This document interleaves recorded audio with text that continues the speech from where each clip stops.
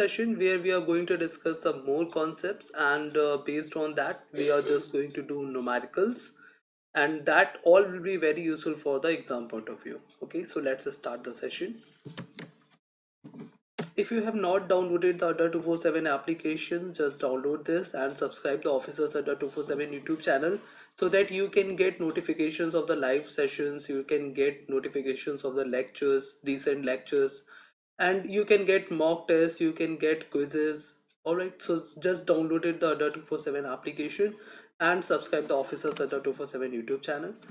Okay, so just start the session with a question, and for solving these kind of a question you have to first understand what the capital budgeting is. So first understand about capital budgeting. So we need to understand about capital budgeting because the question is based on the capital budgeting concept. That's why we are discussing here, and in very short way I'm explaining here. So if I say that is capital, what is capital budgeting? So it is all about comparing today's expenses, or say investment, to its future profit, to its future profits. So in short way, if I say that is what is capital budgeting, so it is all about comparing today's expenses or say investment to its future profits. You may also say it is calculation of prediction of future profit from today's investment or say today's expenses. Okay, so you can also say that it is a calculation of a prediction of a future profit from today's investment or say expenses. So in this concept we have to just evaluate whether to invest or not to invest in any particular project. Okay, so for example, if I say that is it is you and you have a company, and you have a two new project proposals. That is, one is that is project A proposal and another one is project B proposal. Okay, and you want only one project to implement in your company, so you will definitely select that project which can give you a better result or say better profit in the future. Okay, so suppose for project A you have to just invest 1000 rupees, and while a prediction of the future profit that is a 1500 rupees for the project A. While if I say that is for project B, that is you have to invest a same amount 1000 rupees, and in return the prediction of the future profit, that is you will get in future, that is 1200 rupees by investing 1000 rupees. Okay, so you will definitely select project A because this project A, by implementing this 1000 rupees or say by investing 1000 rupees, you will get a better return or say you will get a better profit in the future. After that, now understand a relationship between the present value and future value that I already explained in my lecture. That is present value and future value. What is the relationship? That is present value equal to future value divided by 1 plus r to the power n. Okay, it is also can be write like this, that is future value is equal to present value multiplied by the 1 plus r to the power n. Okay, and here this r represent discount rate. Here this r represent discount rate. Okay, so discount rate, what we understand by the discount rate? Actually discount rate is nothing but it is actually a expected rate of return. Okay, if I'm saying that that is discount rate, so this discount rate is simply the expected rate of return. Suppose that I am investing in any project with capital 10 lakh rupees and I'm expecting a 10% expected rate of return. My expected rate of return is 10%. So this R represent this 10%. Okay, and this R is known as a discount rate.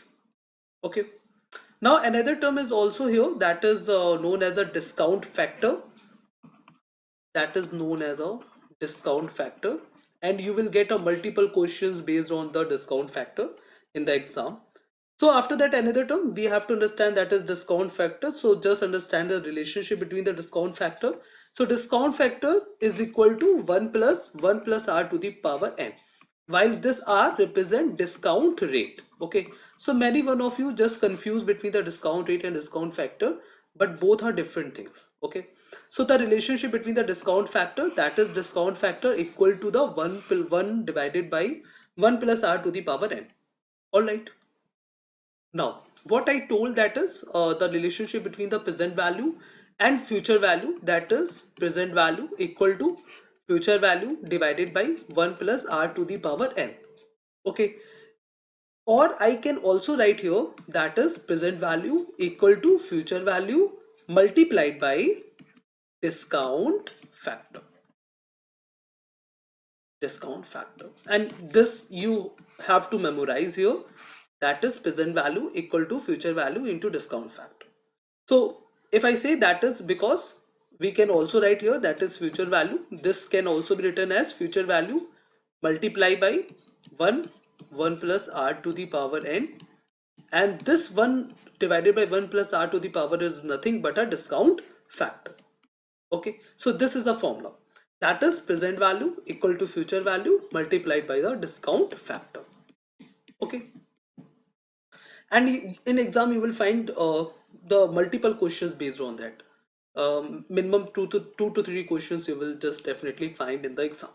Okay, so now come to the question, and just we are going to solve these kind of the questions.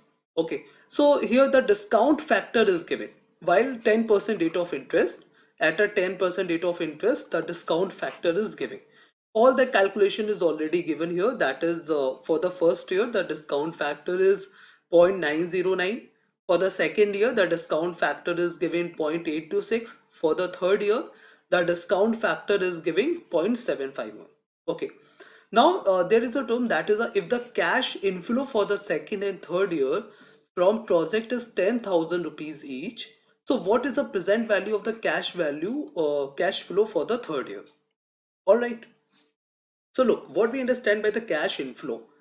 So cash inflow means all the income that are brought to your business through its activities. What we understand by the cash flow of any company, so what we understand by the cash flow of any company, that is all the incomes that are brought to your business by through its activities. It is the money coming into, it is the money coming into your business, and that could be from sales, investment, etc. So it is the all the money that coming into your business by its sales, investment, that all known as a cash flow of the company. So if we have to now come back to the question is about like what is the present value of the cash flow for the third year. Okay, and we know the formula of the present value, that is present value equal to future value divided by 1 plus 1 to the power n. Here we can just relate a future value to the cash inflow. All right, so that we can just simply do the questions in the exam. So if I say that is also equal to the future value into discount factor, so we have to just find out the what is the present value of the cash flow for the third year. All right, so if I say for third year we have to find out present value, while cash inflow, that is 10,000 rupees is given for the third year. That just see here, that is 10,000 rupees is given here for the third year. So we just write here 10,000 rupees, and that would be multiplied by the discount factor which is already given. So the discount factor is given for the third year, that is 0.751. Okay, so just put the value here and you will just get the answer. So the answer would be the 7,510 rupees. So that would be the present value for the third year. So this is how we calculate this. All right, now just we are going to solve another question that is also the as that is also same as the previous one. So here the question is like the discount factor is given, and here if the cash inflow for the second year and third year from the project is also given. So what is the present value of the total cash flow for the second and third year? So just I'm giving you 1 minute. Just try to solve by your side first. After that, I am explaining this. You have a 1 minute to solve this. This is quite simple. Like, you only have to just put the values in the formula what I told.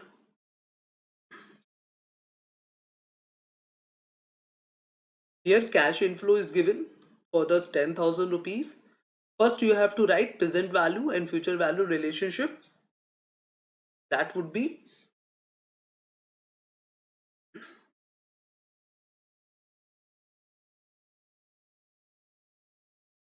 do it by your side first. After that I am explaining this. Look, here we have to explain just here we have to just derive the cash inflows. Is given here 10,000 rupees, and we have to just derive the present value of the total cash flow. Here the term that is the total cash flow. Okay, this is a very good question.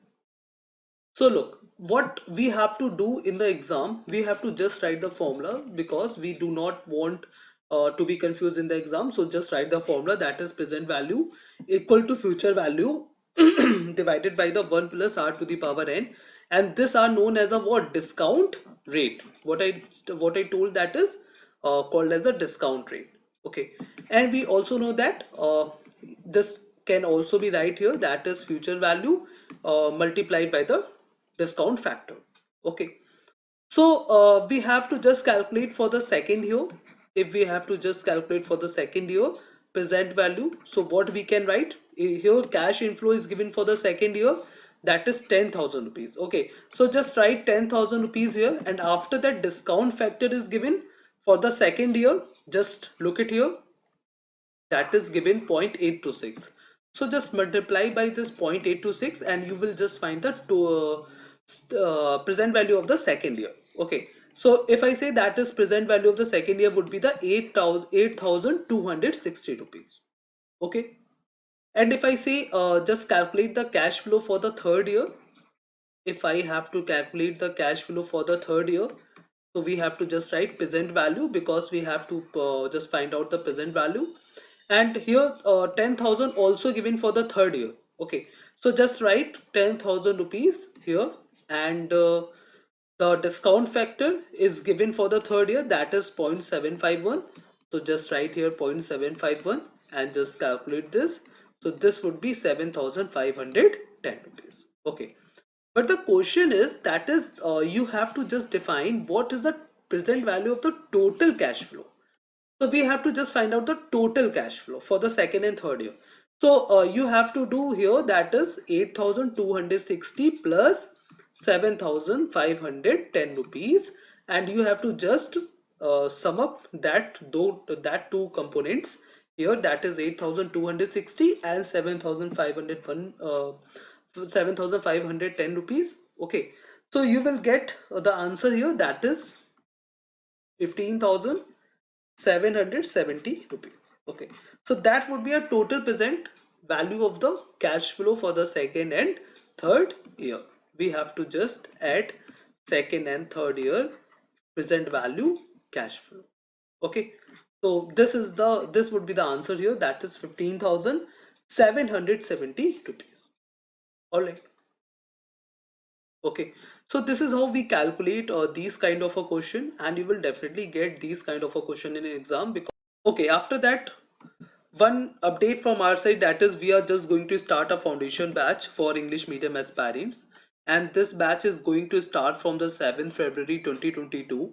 In this batch you will just understand everything from zero level to advanced level, and in this batch you are just going to get mock test, ebook, as well as the live sessions for exams level chapters. Okay, so this batch is going to start from 7th February 2022, and in this batch you can get 78% discount by applying the code BY422, and by applying BY422 in any of the packages on the Officers Adda 247, you can get a maximum discount, that is 78% discount. So you can just apply this code. Okay, Now, just understand another question that is related to a foreign exchange arithmetic. So in exam, you will just going to get these kind of questions, and I'm just explaining how you can just solve easily in the exam these kind of questions. So here you have to just find out the relationship between the euros and rupees. So what we have to do, just understand. Here we just know the relationship between the US dollar and the euro rate that is given as a 1 US dollar is equal to the 0.70 euro, and we have to just find out the relationship between the euros and rupees. So look, we can also write the first statement like in this way: 0.70 euro is equal to 1 US dollar, isn't it? And and the 1 US dollar is also given as a 46.20 rupees. Okay, so what we have to do, we have to just, because we can also write a 1 US dollar in this way like 46.20 rupees, which is given in the second statement. Okay, so now the relationship between the 0.70 euro is equal to 46.20 rupees, and we have to just find the relationship between the euro and rupees. So what we have to do, we have to just 46.20 divide by the 0.70 here, because this 0.70 now come into the denominator side. Okay, so just solve this and you will get the answer here, that would be the 66. Okay, this is how we just solve these kind of a questions in exam in very short way. You do not need to understand cross rate methods and all. You only have to focus on the concepts. Okay, so just put the values like in this way, and you will definitely get the right answers in very shortest way in the exam. Okay. Okay, after that, another question is about an entry of 10,000 rupees. If wrongly posted to inventory account instead of building account, so that error is considered like error of commission, or say error of omission, error of principal, and error of compensating. Okay, so here what exactly happened, that is error that any entry that should be posted into building account but accidentally it posted into a inventory account. Okay, so we have to just tell what error it would be, like error of the commission, error of the omission, error of principal, and error of compensating. So what would be the answer here? That is error of the principal. Okay, and why it is? Because error of the principal, as the name suggests, that is rules and laws. What we understand by the principle, that is rules and laws, and if we violate any fundamental rules and laws while posting transactions into wrong account, that known as a error of the principle. Okay, if we violating the fundamental rules and laws while posting transactions into the wrong account, that known as a error of the principle. So in the error of the principle, it basically include correct amount. Most of the time it includes correct amount, but violation of the company accounting principles like posting transactions into a wrong account. Posting transactions into a wrong account. Okay. So it is usually mixing up debit and credit. So like suppose that wages paid it for the construction of the building.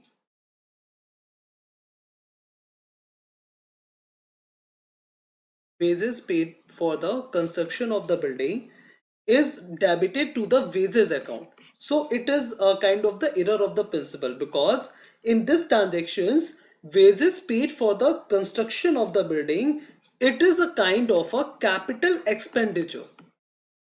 It is a kind of a capital expenditure, and accordingly building account should be debited here instead of the wages account. Okay, so we just debited a wages account instead of the building account. So that error is known as a error of the principle. Okay, so error of the principle, basically it is violating the fundamental rules and laws while posting transactions into a wrong account. That is known as the error of the principle. Okay, so this is how we just solve these kind of the questions in the exam.